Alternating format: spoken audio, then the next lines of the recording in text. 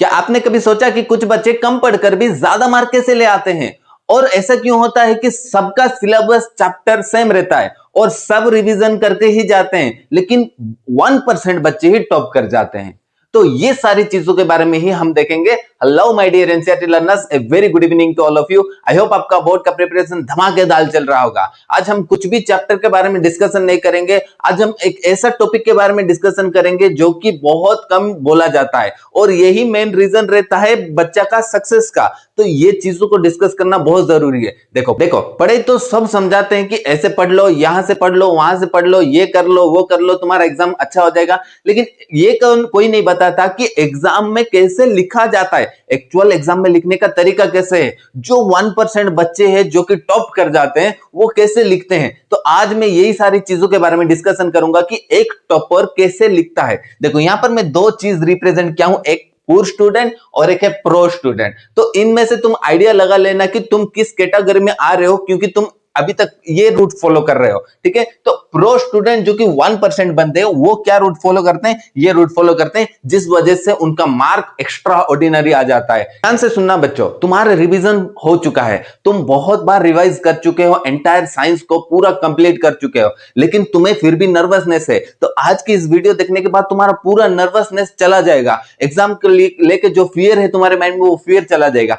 आज हम actual psychology समझेंगे कि क्या होता है, क्वेश्चन कैसे चेक किया जाता है और एग्जामिनर कैसे क्वेश्चन को सेट करके डिसाइड करता है कि ये बच्चा एक टॉपर हो सकता है और अदरवाइज एक पूर कैटेगरी का बच्चा रह सकता है। ये डिसीजन कैसे करते हैं टीचर लोग? देखो, हमें बहुत सारा पेपर चेक किया हूं अपने लाइफ में। ऑनलाइन तो मैं अभी आया हूं, लेकिन ऑफलाइन बहुत साल, करीबन 7-8 साल हो गए मैं बच्चों का क्वेश्चन पेपर चेक करते आ रहा हूं। तो वो कैसे लिखते हैं, क्या लिखते हैं, किस वजह से उनका मार्क कम हो जाता है, ये सारी चीजों के बारे में भी देखेंगे। अगर तुम प्रो स्टूडेंट हो तो एज ए टीचर कि कोई ना कोई 1-2-3 मार्क मेरे हाथ से छूटेगा ही छूटेगा, क्योंकि तुम इतना अच्छा लिखे रहोगे। तो रिप्रेजेंट कौन करता है? तुम्हारा क्वेश्चन पेपर तुम्हारा रिप्रेजेंटेटिव है। किसके सामने? एग्जामिनर के सामने। एग्जामिनर बैठा है, देखो एग्जामिनर कैसा मेंटालिटी का भी रह सकता है, बूढ़ा भी रह सकता है, यंग भी रह सकता है, घर से झगड़ा करके भी आए रह सकता है। तो हमें एक्चुअली उसको एक बेहतरीन रिप्रेजेंटेशन देना है, तब जाके सामने वाला बंदा क्या होगा, खुश होगा। खुश होके 1-2 मार्क उसके हाथ से फिसलेगा ही फिसलेगा, ये गारंटी बात है। क्योंकि हम भी क्वेश्चन चेक करते हैं, क्या होता है इतने सारा क्वेश्चन, एक्चुअली क्या रहता है कि टीचर लोग के ऊपर प्रेशर रहता है, इतना सारा बच्चों लोग का क्वेश्चन पेपर चेक करना है, 1 by 1 एक एक क्वेश्चन पेपर को। तो टीचर सब भी, देखो हम सब ह्यूमन है, तो ये सारी चीजें होता है कि मेंटलिटी थोड़ा डिस्टर्ब हो जाता है, कि थोड़ा परेशान भी हो जाते हैं कि इतना सारा पेपर को चेक करना है। तो इनमें से, इतने सारे पेपर में से अगर एक पेपर एक एक्स्ट्रा ऑर्डिनरी लिख के आए, जैसे कि मैं ये प्रो राइटिंग, अभी मैं समझाऊंगा कि कैसे लिखा जाता है, अगर तुम ऐसे लिख दिए तो टीचर बहुत खुश हो जाएगा। चलो फाइनली हास कि कोई एक अच्छा ऐसा बंदा मिला जिसको मैं इजीली देख के टिक करके उसको मार्क दे सकता हूं। बल्कि एक्चुअली ऐसे होता है, क्योंकि ह्यूमन साइकोलॉजी यही है। इतने सारे, देखो कितना लेवल का बच्चे हैं, 1% बच्चे ही टॉप करते हैं, इसका मतलब ओनली 1 पेपर बच्चों का ही क्वेश्चन सीट अच्छा रहता है, आंसर रिप्रेजेंटेशन अच्छा रहता है, बाकी सारी बच्चों का अच्छा नहीं रहता। इसीलिए तो मार्क कम आते हैं सबका। किसका मार्क ज्यादा? देखो तुम और तुम्हारा फ्रेंड सेम पढ़ते हैं, सेम क्वांटिटी में पढ़े, तुम साथ में शुरू करे पढ़ने का, रिवीजन भी साथ करे, लेकिन एक बच्चा टॉप कर जाता है और एक बच्चा उससे पीछे रुक जाता है। क्यों? यही है रिप्रेजेंटेशन का गेम। तुम कितना अच्छा लिखते हो ये बहुत ज्यादा जरूरी है। देखो इंग्लिश में एक कोट है, right what is asked, not what you know.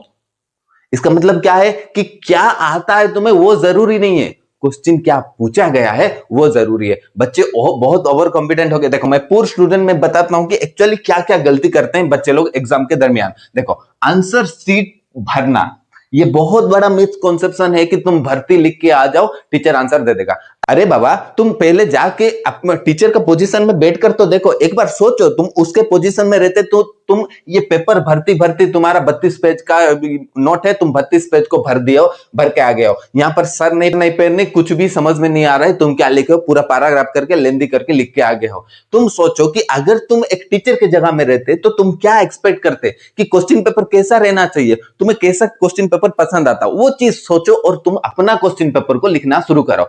मैं खुद खुद देख रहा हूं अपना क्वेश्चन पेपर, तुम ऐसा सोच के लिखो कि मैं क्या चाहता हूं कि मेरा रिप्रेजेंटेशन कैसा होना चाहिए एग्जामिनर के सामने। देखो, जितना अच्छा तुम रिप्रेजेंट करोगे उतना अच्छा तुम्हारा पेपर पर्सनालिटी डेवलप होगा। मतलब जितना अच्छा से तुम लिखोगे उतना अच्छा टीचर इंप्रेस होगा और उसका हाथ से 100% एक दो मार्क छूटेगा ही। वो एक दो मार्क तुम गलत भी लिखे रहोगे तो वो नेग्लेक्ट करके आगे बढ़ सकता है।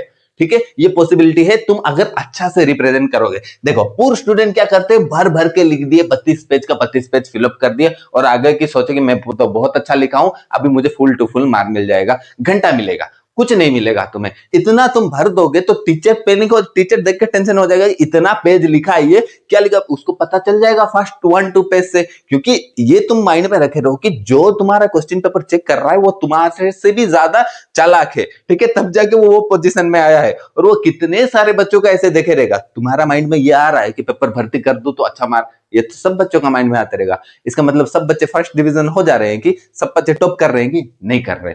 यही वजह है, यही मिसकॉन्सेप्शन को तुम दूर करो। ये पेपर भरने का छोड़ो, तुम क्वांटिटी में फोकस करना छोड़ दो। तुम किस चीज पे फोकस करो, तुम क्वालिटी पे। आंसर को डिजाइन और लेबलिंग करके लिखना सीखो। फॉर एग्जांपल, तो अभी हम एग्जांपल एक ले लेते हैं हार्ट का। ठीक है, तो क्वेश्चन पूछ लेगा describe the detail and levelling with the heart diagram. Human heart के बारे में बोल दिया, तो तुम क्या करोगे, human heart is of four chamber and they consisting, ऐसे करके पैराग्राफ लिखना। ऐसे गलती कभी नहीं करना, ऐसे गलती साइंस में कभी नहीं करना। अदर सब्जेक्ट में भी ये गलती से तुम बचना कि paragraph writing is the worst method of writing. ये चीज तुम याद रख लेना। लिखना कैसे है, डिजाइन करके खूबसूरती से रिप्रेजेंट। अभी तुम गए हो यार, तुम you are the topper student. तुम गए हो सामने, बंदे के सामने खड़े हो और तुम क्या बोलोगे कि नहीं, मैं ऐसे ऐसे तुम पुराण पढ़ना शुरू कर दोगे कि नहीं मैं 8 क्लास पढ़ रहा हूं, मेरा नाम ये है। अरे बाबा, सामने वाला क्या पूछ रहा है, वो पूछा कि नहीं बाबू तेरा नाम क्या है, नहीं ये बोल दिया नहीं नहीं मैं कलेक्टर का लड़का हूं, मेरा बाप ये करता है मेरा। अरे भाई, उसे जानना क्या है, उसे जानना थोड़ी है कि तेरा घर का ये क्या है। उसे तो इतना जानना है कि वो जो क्वेश्चन पूछा है उसका आंसर तो क्या दे रहा है। ठीक है, तो ज्यादा ओवर स्मार्ट, एक्चुअली ये चीज दिक्कत होता है कि बच्चे ओवर स्मार्ट होकर बहुत कुछ लिख के आ जाते हैं, इस वजह से उनका मार्क रिड्यूस हो जाता है।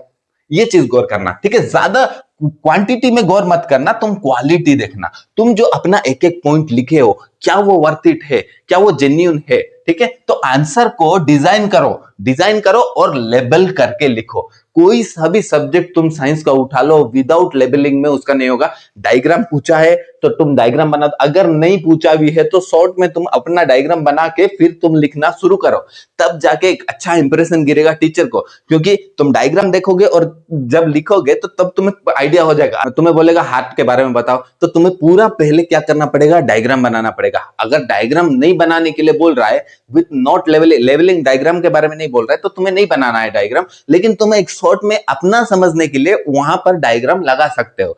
उसका मार्क नहीं मिलेगा, लेकिन वो एक पॉजिटिव इंपैक्ट करेगा टीचर को। ये चीज याद रखो। ठीक है, तो डायग्राम करना है। डायग्राम करके देखो, इसमें क्या आता है, इसमें आता है हेडिंग एंड सब हेडिंग।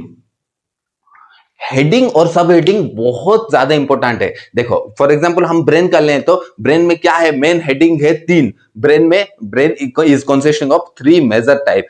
पहले आ गया फोर ब्रेन, फिर midbrain, then hindbrain. ठीक है, ये 3 टाइप लिख दिए। देखो, पहले करो, कैसे करोगे, पहले तुम ब्रेन को 3 टाइप में डिवाइड कर दोगे, डिवाइड करके फिर शुरू करोगे मेन अपना सब हेडिंग से। सब हेडिंग दोगे क्या कि फोर ब्रेन। ठीक है, फोर ब्रेन में क्या क्या है, फिर लिखोगे फोर ब्रेन के बारे में। फिर मिड ब्रेन में क्या क्या है, क्या क्या फंक्शन है, लिखोगे। ऐसे करके तुम लेबलिंग करके लिखोगे, हेडिंग दोगे, फिर सब हेडिंग दोगे, तो तब जाके टीचर को पता चलेगा कि नहीं ये कुछ तो लिखा है जो कि समझ में आ रहा है। दूर से देखने से भी उसको पता चलेगा। ठीक है, बुक मेथड में कभी भी नहीं लिखना। बुक में थ्योरी हिसाब से दिया है, वो तुम समझने के लिए दिया है, लेकिन तुम कैसे रिप्रेजेंट करना अपने अंदाजे से, अपना एक एक्स्ट्रा वर्जन निकालो, अपना एक यूनिक वर्जन निकालो रिप्रेजेंटेशन का। तुम कभी भी टॉपर का, देखो मैं 1-2-3 तुम्हें स्क्रीनशॉट दे रहा हूं, ये देख लो कि तुम्हें एक टॉपर लिखता कैसे, उसका लिखने का तरीका कैसे रहता, वो पूरा एक नीट एंड क्लीन लिखेगा। तो रॉन्ग होगा, नो डाउट, रॉन्ग सबका होता है, लेकिन उसको एक सिंगल एक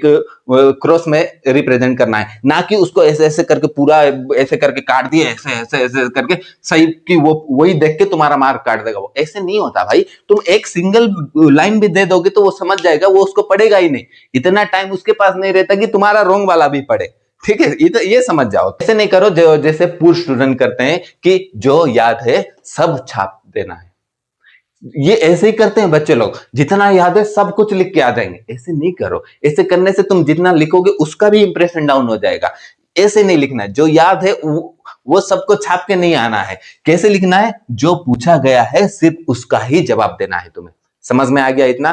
ठीक है, जो पूछा गया है सिर्फ उसका ही जवाब दो, जो कि मैं वीडियो के स्टार्टिंग में बोला था, right what is asked, not what you know. ठीक है, समझ में आ गया? देन पूर्व स्टूडेंट और क्या करते हैं? लंबे और बोरिंग पैराग्राफ लिख देते हैं। इतना बड़ा बड़ा पैराग्राफ में कुछ भी लिख देंगे वो। ऐसा तुम्हें बिल्कुल नहीं करना है। तुम्हें कैसे करना है? मेन है साइंस में बुलेट पॉइंट्स।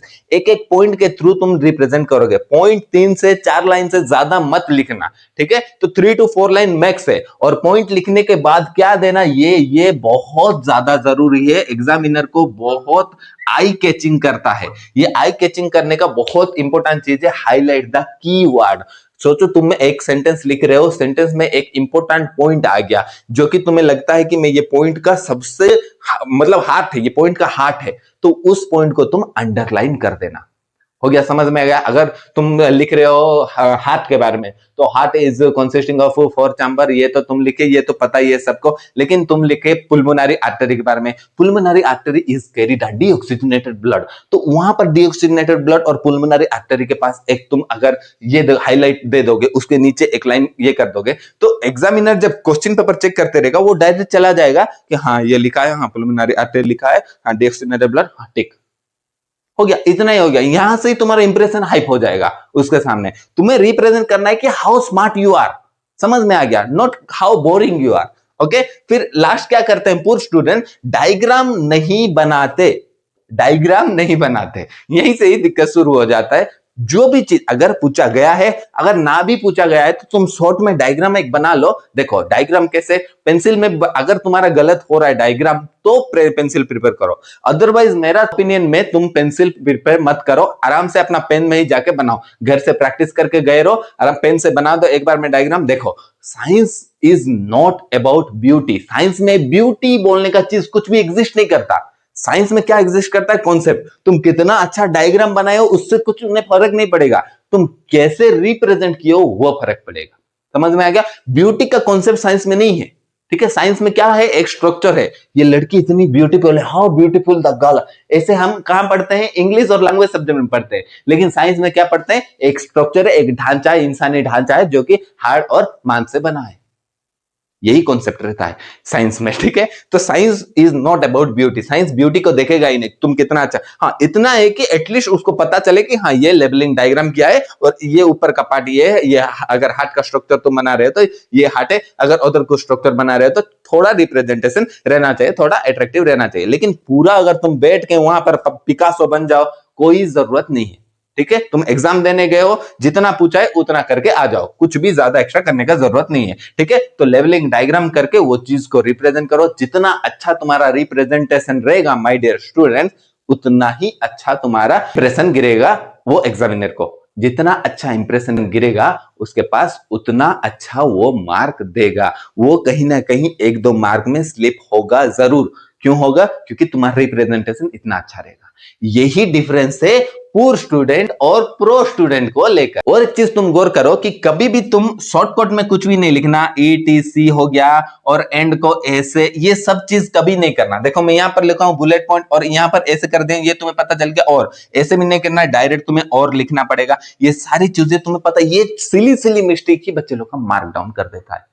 ठीक है, समझ में आ गया? तो यहाँ एक्सेट्रा को पूरा लिखना है। जो भी वर्ड लिखोगे तुम कंप्लीट लिखना है। ठीक है, बिटवीन को BET करके ऊपर N मत बना देना। ठीक है, ये तुम्हारा नोट्स में अच्छा लगता है, ये एग्जाम में एक प्रोफेशनल लुक नहीं देता। हो गया, समझ में आ गया? तो एट लास्ट यही कहूंगा कि एग्जाम तो हर कोई देता है, पास हर कोई हो जाता है, लेकिन जो प्रो का टेक्निक लगाता है वही इतिहास रच जाता है। यही वीडियो का एंड था। आई होप तुम्हें ये सारी चीजें समझ में आ गई है। तो मिलते हैं नेक्स्ट वीडियो में। अपना प्रिपरेशन को अपना बेस्ट देना माय डियर स्टूडेंट। कुछ भी जैसे मत छूटे, कोई भी सिंगल लाइन, सब चीज अटेम्प्ट करके आना। Best of luck for your examination. मिलते हैं नेक्स्ट वीडियो में, तब तक के लिए बाय बाय।